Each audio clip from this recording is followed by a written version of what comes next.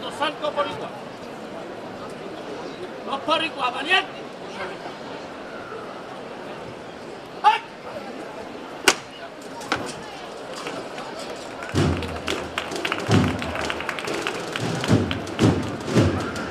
No aumentarse, no aumentarse. Venga de frente.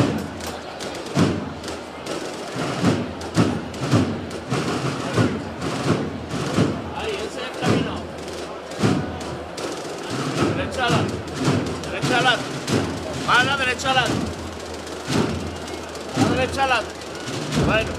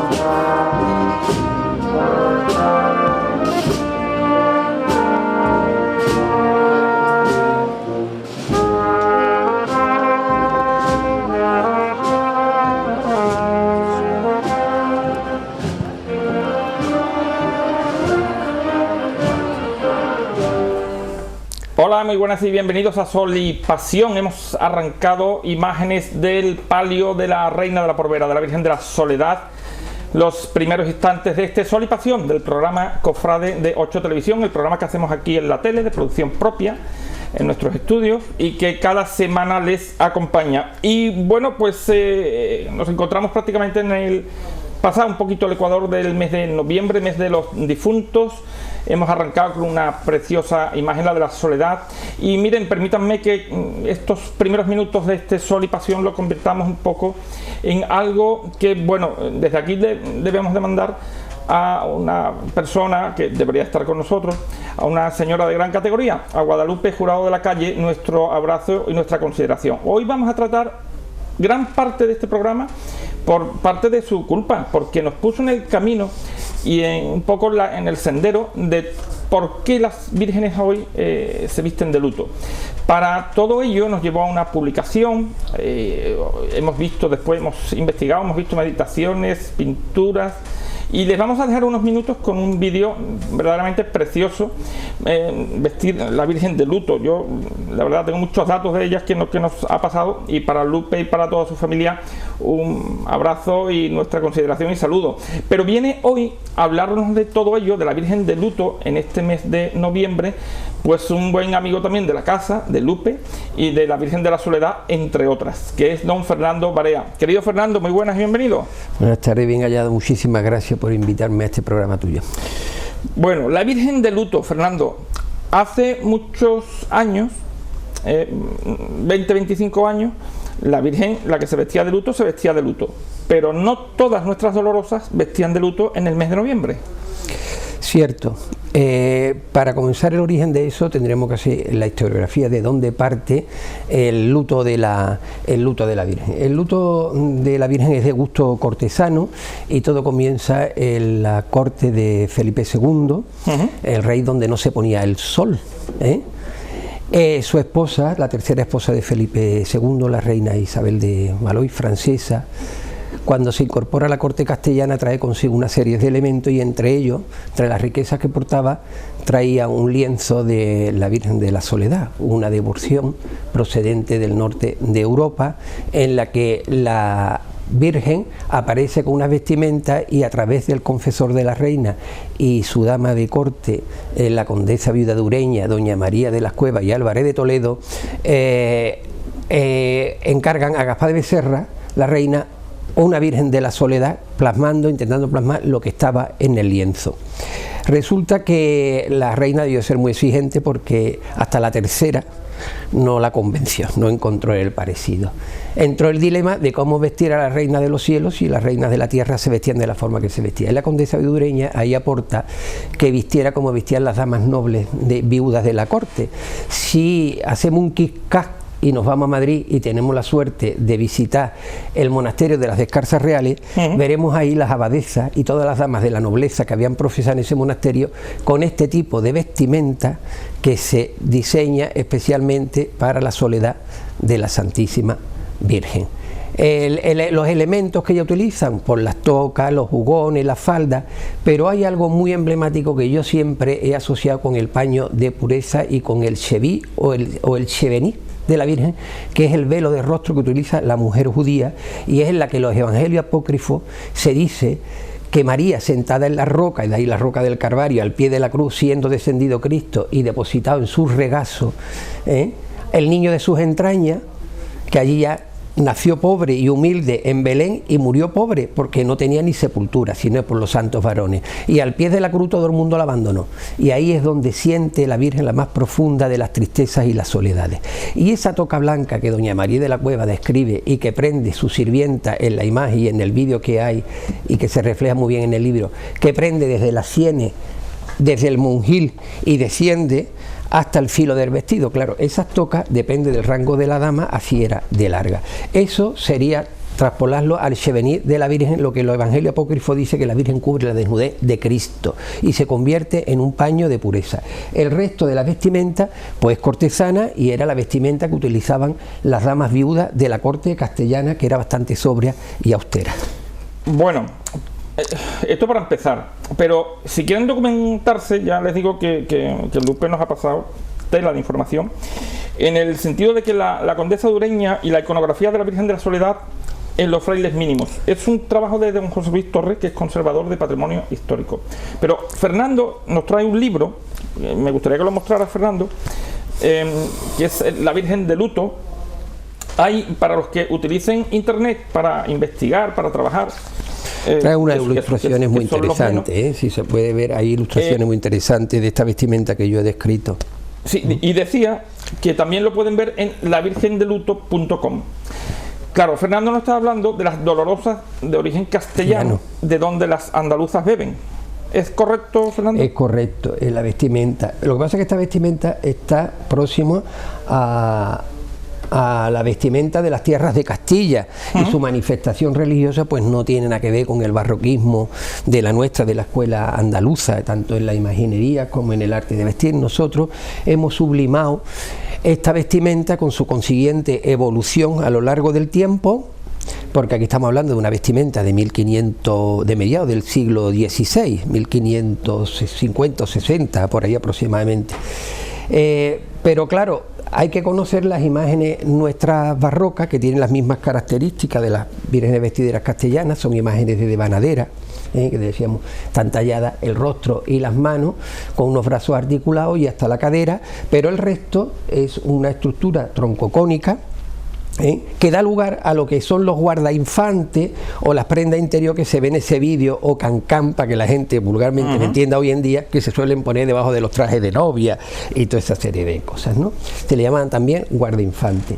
Bueno, pues nosotros tenemos una idea más sublimada y más de gusto de reina, basado en que si en el quinto del misterio la Virgen del Rosario es coronada como reina de todo lo creado, pues todo se le pertenece. Si evaluamos o vamos o tenemos la suerte de ir a Burgos, visitar el monasterio de la Huelga, donde están un museo de ropaje de todas las tumbas de las reinas de Castilla que no fueron profanadas por las tropas napoleónicas, y ahí se ve perfectamente cómo el gusto del traje de corte, y recientemente aquí se ha hecho una presentación en Jerez para una dolorosa María de Misericordia, y todo el mundo, es que yo la saya, es que eso es la representación de un traje de corte, y la forma que tenemos de constatarlo es visitando ese museo, y veremos cómo consta de un jugón o corpiño, cómo son las mangas independientes, las distintas formas que tiene. Nuestra Semana Santa, que no deja de ser una fiesta barroca de los sentidos y además hermosísima, porque la celebramos en la primavera, y en la primavera es la renovación y el florecimiento de la vida, y nosotros creemos en la vida eterna porque estamos bañados y redimidos por la pasión, muerte y resurrección de nuestro Señor Jesucristo. Y hemos traspolado todo eso a la Madre de Dios y lo hemos sublimado, y ahí entra en un apartado pues desde las ofrendas civiles, las militares, las eclesiásticas, los éxitos de la vida aplicados a la vestimenta de la Madre de Dios, a la Teococo. Sin embargo, la similitud, Fernando, de la imagen castellana vestida de luto con nuestra imagen de la soledad, que conocemos todos aquí en Jerez, es muy calcable. Sí, se puede traspolar. Lo que pasa es que aquí, en el gusto nuestro de Andalucía, vemos que siempre la saya es blanca, alusiva a la pureza, y el manto negro. Carece de monjil, ¿por qué?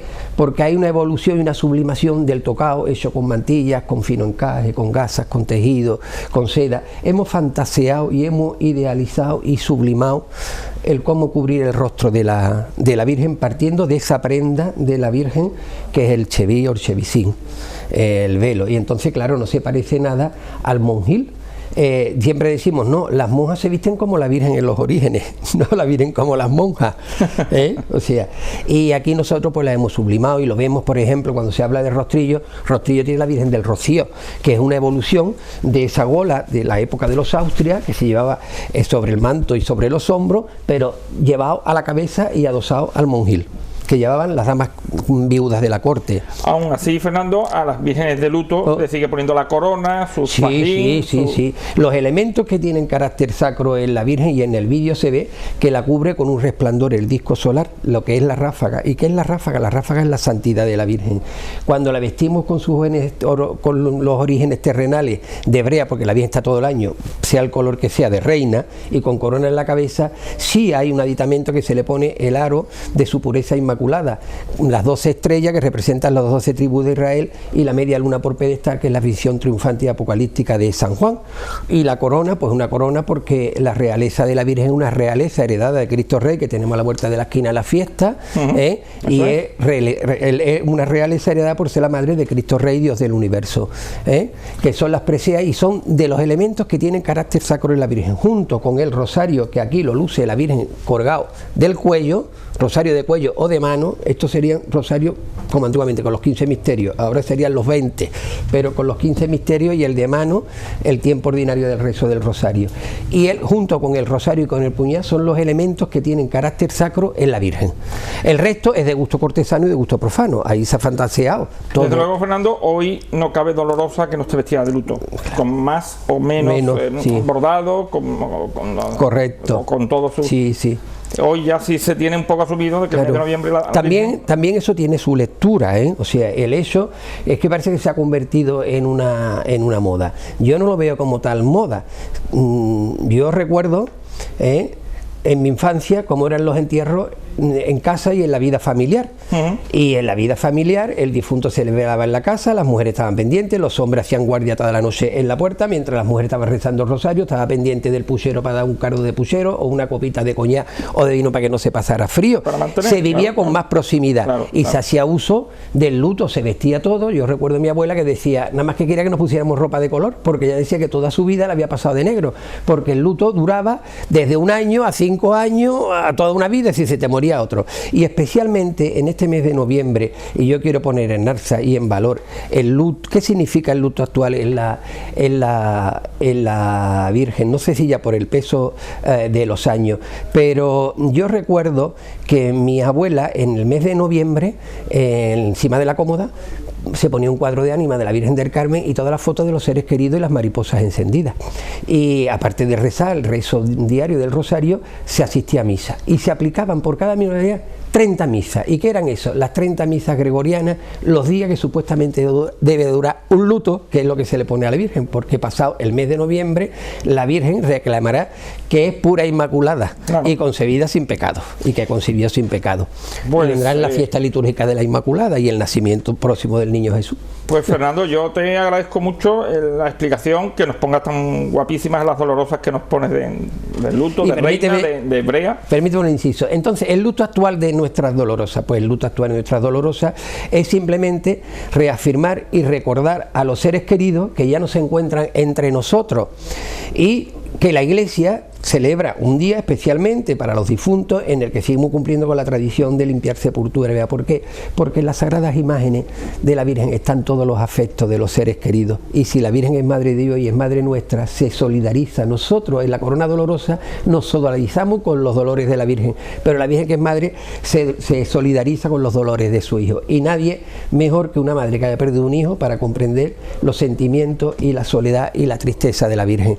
Eso es lo que representa el luto en la actualidad. Los vestidores debemos vestirla conforme arte sacro marca unas pautas que quedaron en el Concilio de Trento definidas de cómo se tiene que representar a la Madre de Dios. El resto es inventar, y no podemos estar inventando, porque la Virgen la tenemos que hacer próxima y cercana al pueblo, y el pueblo que la venera la tiene que sentir esta llamada y no sentir un rechazo ante estas cosas extrañas que estamos viendo en los cambios de eso, más de inventos, no, por favor, no. Todos ya hemos aprendido. Muchísimas gracias, Fernando. Gracias a y ti. Nuestras gracias siempre a Lupe Jurado. Es el libro que ha mostrado, su autor es Eduardo Fernández Merino, y se puede ver en internet, ya digo, los que lo utilicen para estudiar y demás y trabajar, lavirgendeluto.com. Vean con especial detenimiento y atención este vídeo, que les va a dejar claro muchísimas cosas.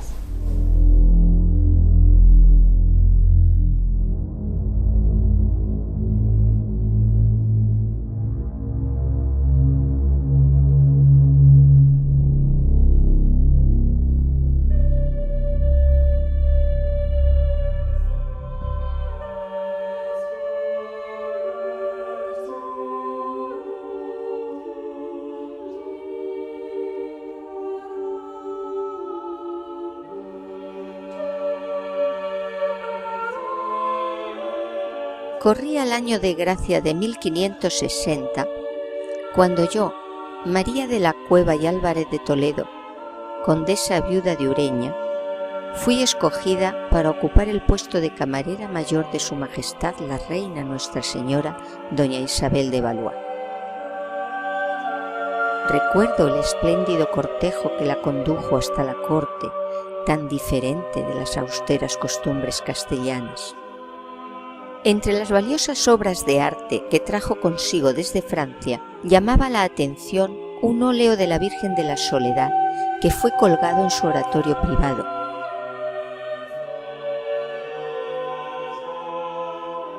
El confesor de la reina, Fray Diego, buscó mi mediación para copiar la susodicha imagen en talla, al objeto de ser venerada en su convento de la Victoria, no muy lejos del Alcázar de los Reyes.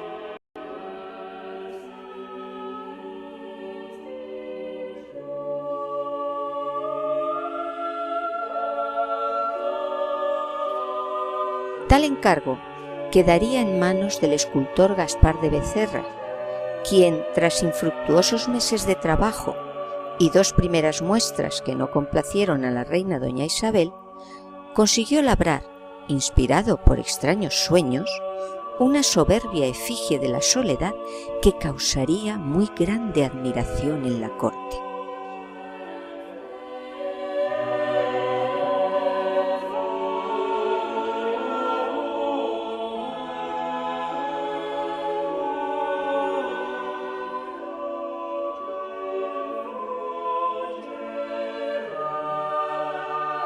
Siendo imagen vestidera, se abrió el debate sobre las ropas que resultarían más adecuadas para cubrirla, puesto que el escultor no consideraba apropiado copiar los ropajes del lienzo.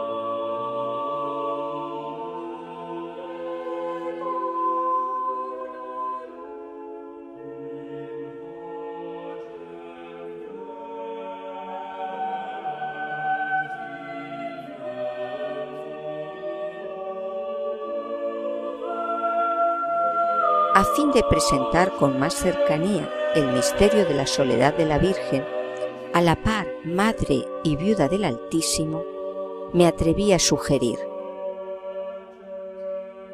Cierto que supuesto que este misterio de la soledad de la Virgen parece que quiere decir cosa de viudez, que si se pudiese vestir como viuda, de la manera que yo ando, que me holgaría, porque tuviese yo también parte en esto, y pudiese servir a Nuestra Señora con un vestido y tocas como estas mías.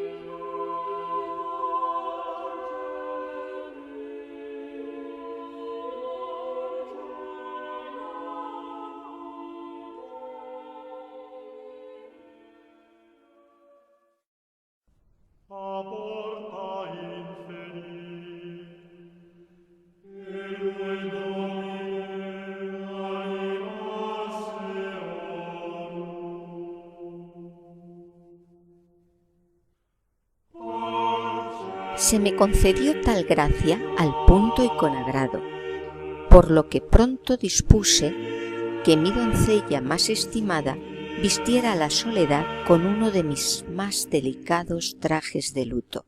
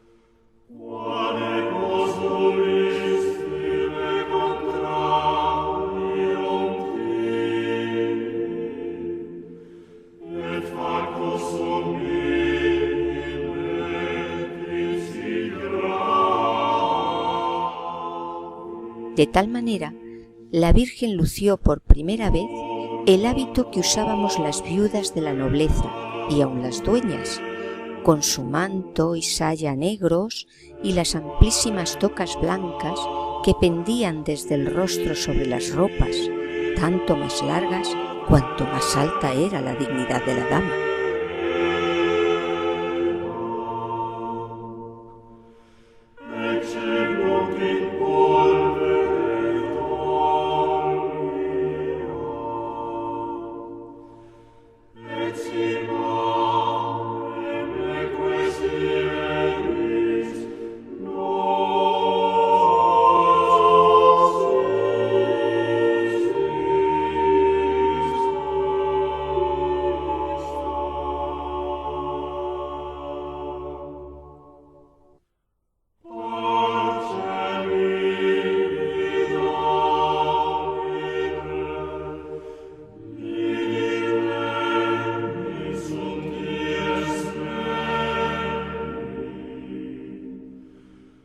¿Quién podría haber adivinado el alcance de esta nueva indumentaria, en extremo austera y elegante, que de la soledad se extendió en la iconografía popular a las demás advocaciones dolorosas por todo el imperio del rey don Felipe, llegando a Flandes, a Nápoles, a los territorios del Nuevo Mundo?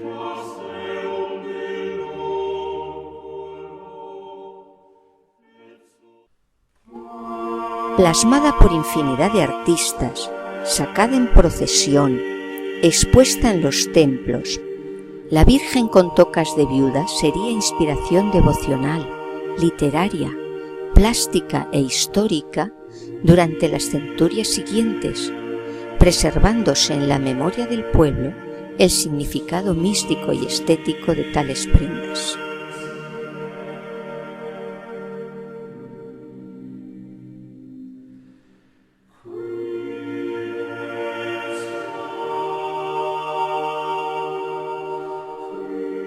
No quisiera que el progreso de los tiempos relegase al olvido esta tradición, a la que humildemente di comienzo hace más de 400 años.